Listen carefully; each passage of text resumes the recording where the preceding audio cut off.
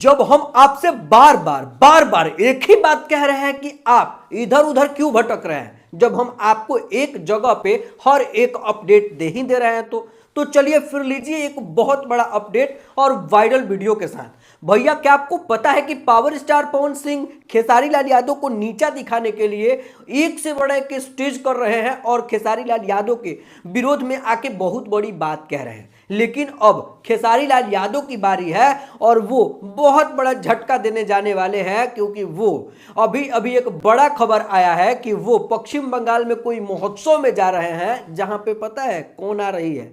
क्या नाचो बर्धमान। हाय I am Kajol, मैं आ रही हूँ 20 जनवरी 2026 बर्धमान कंचन उत्सव के। हाँ भैया यही आने वाली है और खेसारी लाल यादव इनके साथ प्रोग्राम करेंगे। इस चीज को देखने के बाद आपको तो पता चल ही गया होगा कि पावर इधर से नहीं भैया इधरों से शुरू होता है। 2026 को रात्रि 8 बजे बर्धमान कंचन उत्सव में।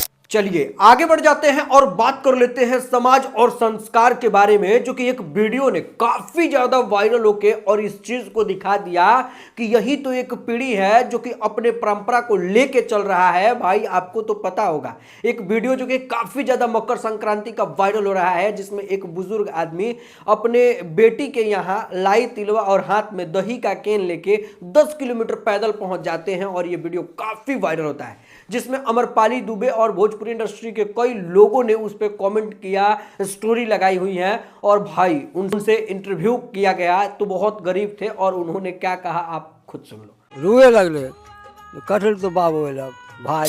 बात कर लेते हैं सिस्टम के साथ छेड़खानी करना कितना भारी पड़ सकता है, आपको अंदाजा भी नहीं होगा। और इस देश में भैया एगो वकील ही ऐसा है जो कि सिस्टम को एकदम अपने आंखों से पड़ा हुआ है और अपने दिमाग में कैप्चर करके रखा हुआ है।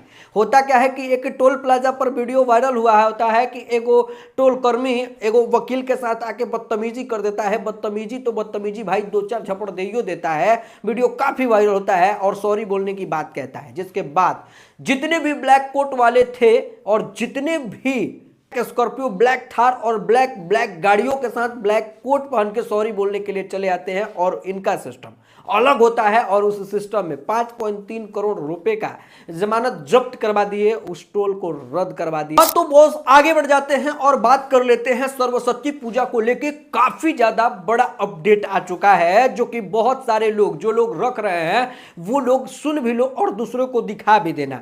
भाई डीएम एसडीएम और बड़े बड़े पदाधिकारियों के बीच से एक बहुत बड़ा खबर आ रहा है, जो कि कहा जा रहा है कि सरस्वती पूजा में डीजे नहीं बजाया जाएगा। लेकिन आपको भी पता होगा कि डीजे कहां पे बजता है और डीजे क्यों बजता है। तो भैया हम लोग तो डीजे नहीं बजा के पूजा करते हैं, हम लोग पूजा करते हैं तो 2-4 गो साउंड बॉक्स के साथ पूजा करते हैं, जो कि काफी अच्छा आवाज करता है। और साल में एक बार सरस्वती पूजा आता है और इसको हम लोग काफी धूमधाम से मनाते हैं, लेकिन इस पे भी रोक लग रहा है। खैर आप लोग इसके बारे में क्या कहना चाहोगे नीचे कमेंट कर जरूर बताना। चलिए आगे बढ़ जाते हैं और बात कर लेते हैं कार चलाने वाले हो जाओ सावधान, क्योंकि आपके साथ भी हो सकता है इतना बड़ा दुर्घटना।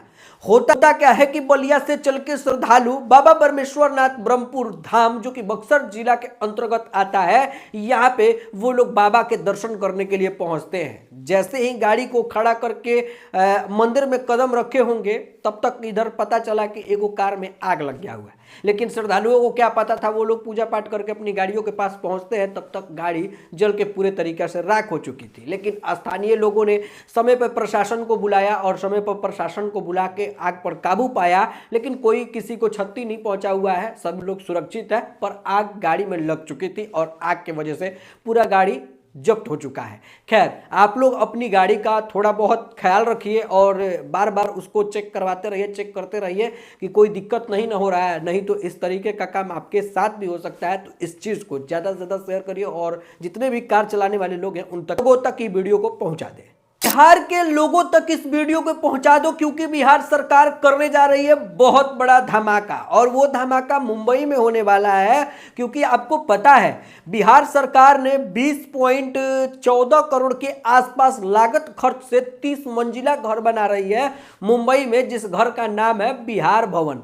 और ये क्यों बन रहा है, आपके भी मथुआ में ये क्वेश्चन आ रहा होगा, तो बता दे कि जितने भी लोग मेडिकल के लिए वहां पे जा रहे हैं और वहां पे उनको सुविधा नहीं मिल रहा है तो वो लोग वहां पे रुक सकते हैं। और ये 30 मंजिला बन रहा है और ये चीज देखने के बाद तो मतलब एकदम दिल से सुकून मिलता है कि हमारा बिहार में नहीं बल्कि दूसरे जगह पर अपना अपना मतलब परचम लहरा रहा है। खैर, आप लोग इस चीज से खुश है कि नहीं, नीचे कमेंट कर जरूर बताइएगा और इस वीडियो को दबा के शेयर करिएगा और ऐसी ही वीडियो के लिए हमारे साथ जुड़ जाओ भाई।